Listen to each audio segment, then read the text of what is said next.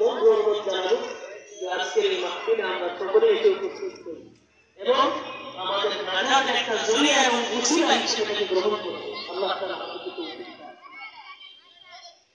আজকের এই ১৬তম বার্ষিক ওয়াজ মাহফিল খাজা মঈনুদ্দিন চিশতি রাহমাতুল্লাহ আলাইহির স্মরণে এই মাহফিলের সভাপতিত্ব করছেন জনাব মুফতি হাসানুজ্জামান আসাদ সাহেব।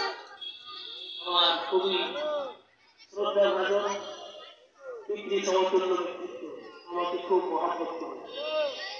উনি ১৬ বছর যাবৎ এই মাহফিল চালাচ্ছেন, আলহামদুলিল্লাহ। আপনারা জানেন যে এই ১৬ বছর আগে এখানে গান বাজনা আলহামদুলিল্লাহ সেই জাহান্নামের টুকরাকে আল্লাহ তাআলা জান্নাতের টুকরায় পরিণত করেছেন।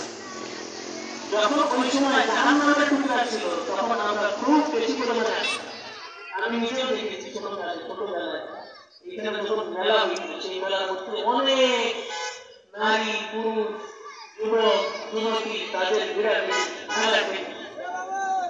এখন এটা জান্নাতের টুকরা হয়েছে, এখানে আর খুঁজে পাওয়া যায়, দূরত্বের আর এখানে খুঁজে পাওয়া যায়।